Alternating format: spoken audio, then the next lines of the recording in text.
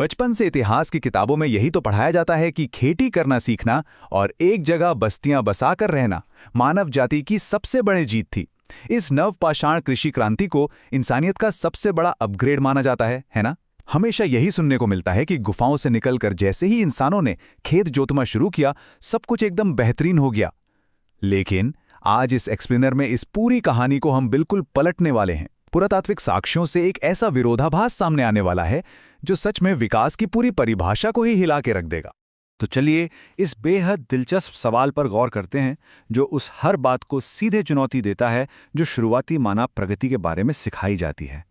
क्या एक जगह बसना और खेती करना असल में शरीर के लिए एक भयंकर जैविक गिरावट थी?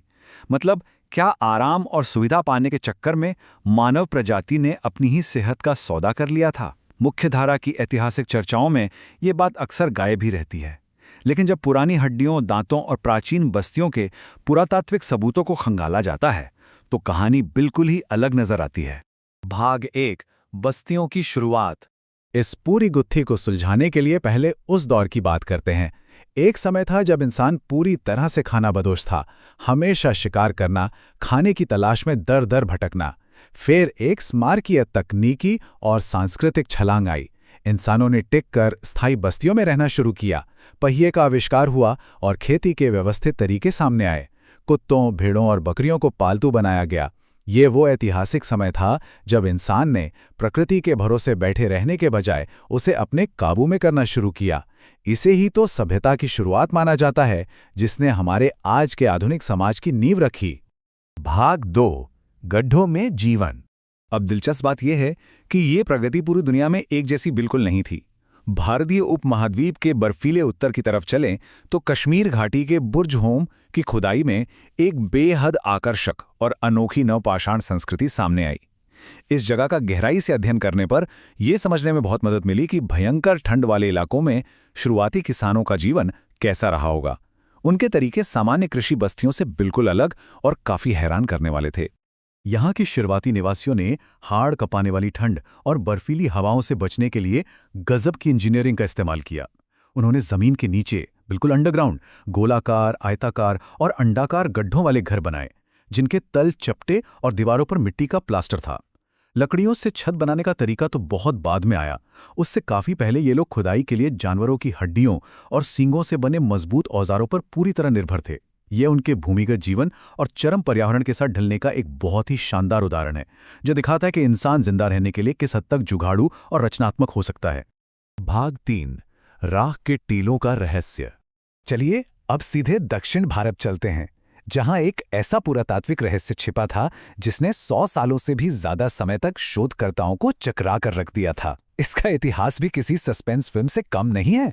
19वीं सदी में स्थानीय लोग मानते थे कि ये विशाल राख के टीले राक्षसों की कब्रें हैं। फिर 1843 में वैज्ञानिक जांच से पुष्टि हुई कि ये प्राकृतिक नहीं बल्कि मानव निर्मित हैं। 1960 के दशक में मवेशी बाड़े की थ्योरी आई कि ये मवेशियों के गोबर को इकट्ठा करके जलाने से बने हैं।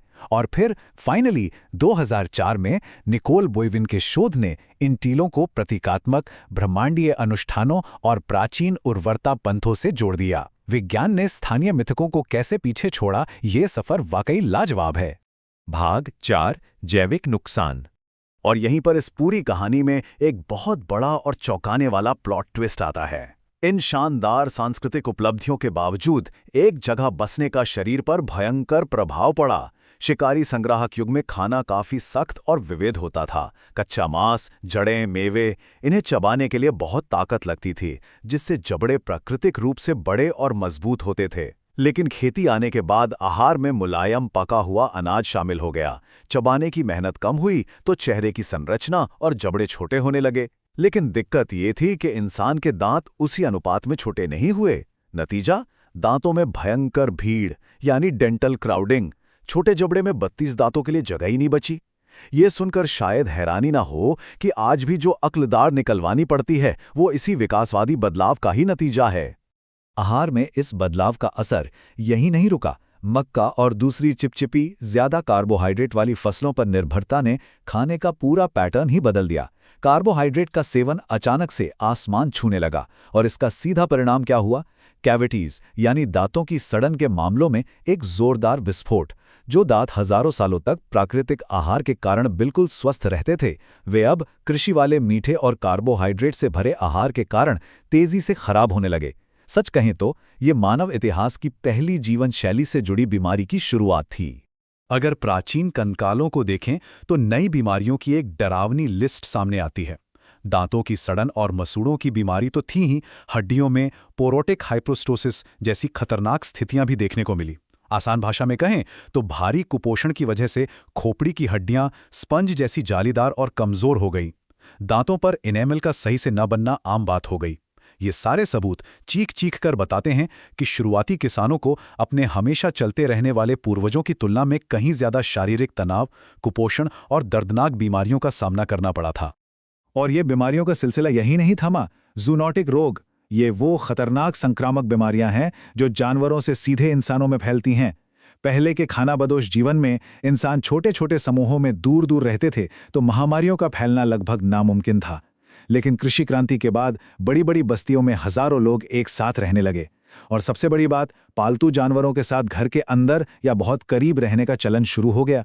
इंसानों और जानवरों की इस करीबी ने इन विनाशकारी अंतर प्रजाति संक्रमणों के लिए एकदम सही माहौल तैयार कर दिया।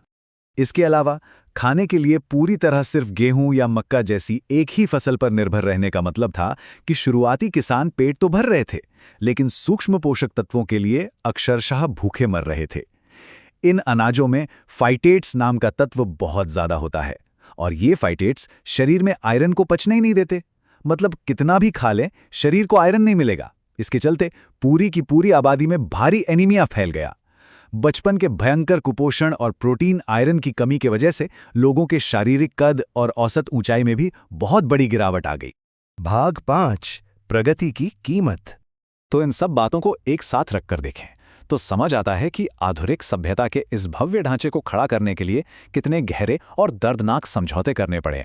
यहाँ दी गई जानकारी इस एक्सप्लेनर के पूरे विरोधाभास को बेहतरीन ढंग से समेटती है। कृषि की ओर संक्रमण ने मानव मौखिक स्वास्थ्य पर नकारात्मक प्रभाव डाला, संक्रामक बीमारियों को बढ़ाया और मानव कद को छोटा कर दिया। कृषि ने बेशक एक सुरक्षित और जटिल समाज की नींव रखी हो, लेकिन इस पूरी प्रक्रिया में उसने मानव शरीर को अंदर से पूरी तरह तोड़कर रख दिया था। तो ये पूरी ऐतिहासिक पड़ताल इस बात को बिल्कुल साफ कर देती है कि मानव प्रगति शायद ही कभी एक सीधी रेखा में ऊपर की ओर जाती है।